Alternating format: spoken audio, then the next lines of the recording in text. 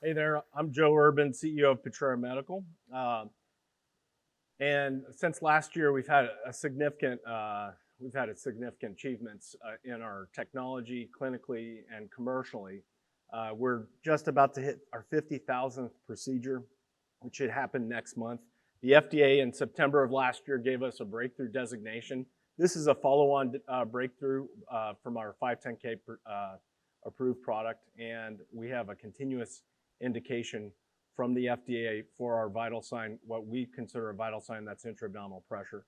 And we'll talk about the clinical studies that are starting to come out and some other very useful things for the company. So I always start with what is acute kidney injury. A lot of times people don't realize how deadly acute kidney injury can be. It's a lethal problem that every hospital in the world faces.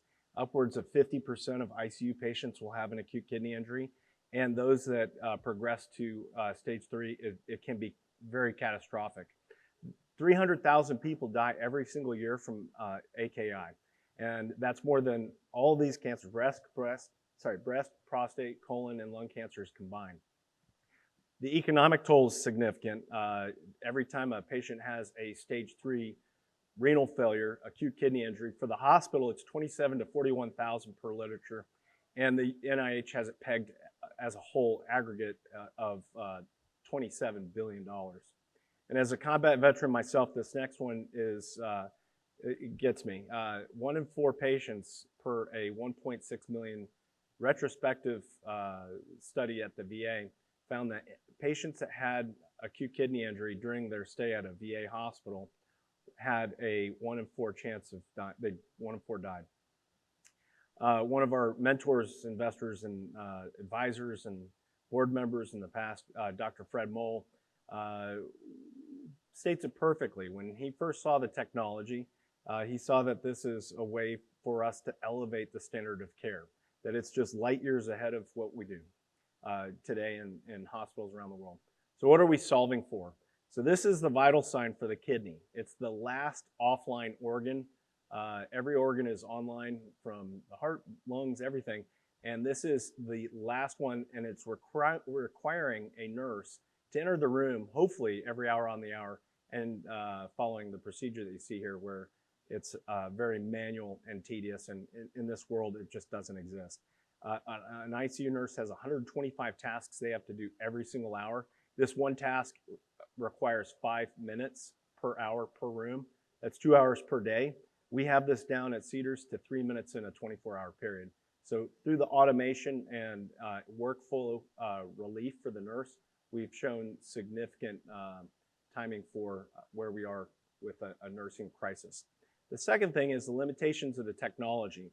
Because of the technology that's 100 years old and it's very little iterations, we have automated everything that you see on the screen. And in doing so, we're already seeing reductions in catheter-associated UTIs, which is a never event, and other catastrophic events.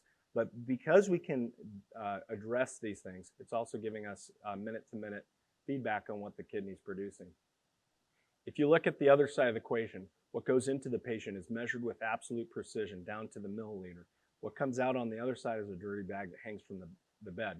We've automated this, so what informs what goes into the patient is based on accuracy, and it's not based on, hopefully, when somebody was able to get in and check the vital sign. What we've done is we've created a system that can actively clear and sweep the line every couple of minutes. And this is giving us the high fidelity picture of what's happening with the kidney. And in doing so, this takes weight off of the nurse, and it powers the predictive capabilities that our technology has with providing what the kidney's producing. The second thing that we focused on as a company is intra-abdominal pressure. Today, it's a black box. How much pressure is in the abdomen is usually done through a 20-minute procedure. And this 20-minute procedure takes, and it requires a nurse to set up tubing sets, and it's static one-time pressure measurement. We have this now and approved by the FDA to provide a continuous stream of what the intra-abdominal pressure is inside the abdomen. which is at 100 hertz. So we're measuring 100 times per second as truly automated as we possibly can. And the way that we do this is we've placed a sensor on a Foley catheter. So the way that we discuss this when we're talking to clinicians, we're at the very top of the funnel. So as soon as a patient enters stage 1 AKI or their pressures inside their abdomen are abnormal, we are the very first technology to see this. We're inches from the kidney. We're the closest sensor. We are the very first thing at the top of the funnel before the patient starts spiraling down to provide that real-time alert. Our technology is comprised of a couple of components. A smart sensing Foley catheter, and this is the device I just showed you on the last screen. The Accuryn monitoring system, this is bedside, and a companion tablet. This companion tablet's used in cardiac surgery or transplant or major surgeries where underneath the sterile field is our Accuryn.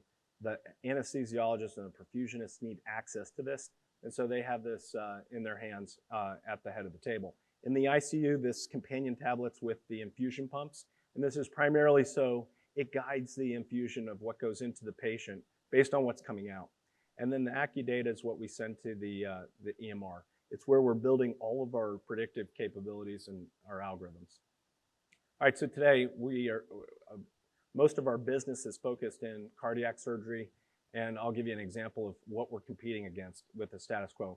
We rely on a lagging indicator, one that will report to us whenever it comes back from the lab and somebody reviews it, and that's serum creatinine. It's a blood value, and it shows the health of the kidney. There's two ways to diagnose acute kidney injury: urine output, the function of the kidney, and serum creatinine.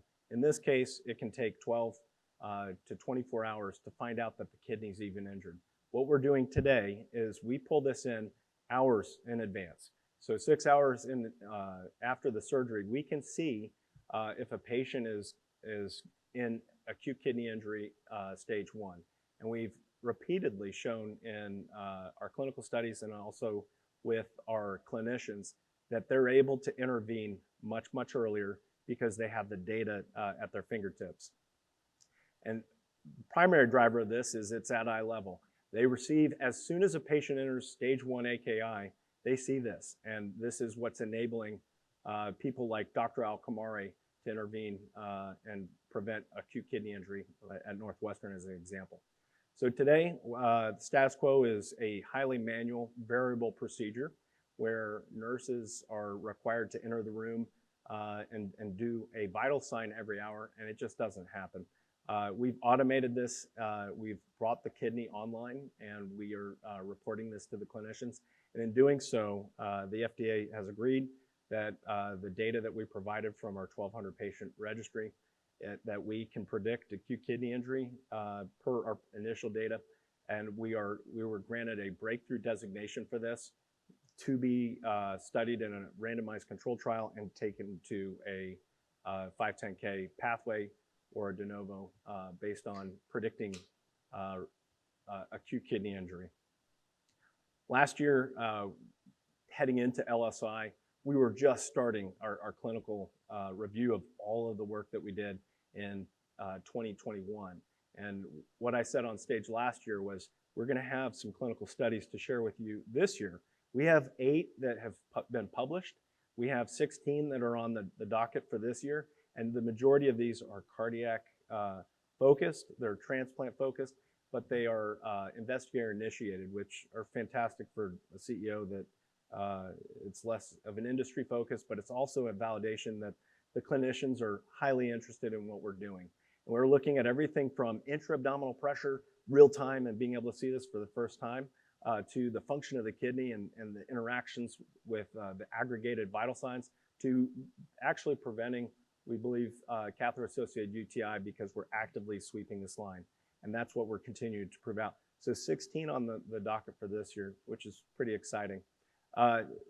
We continue to grow our procedures, and where we closed out last year, we were closing out at 43,000.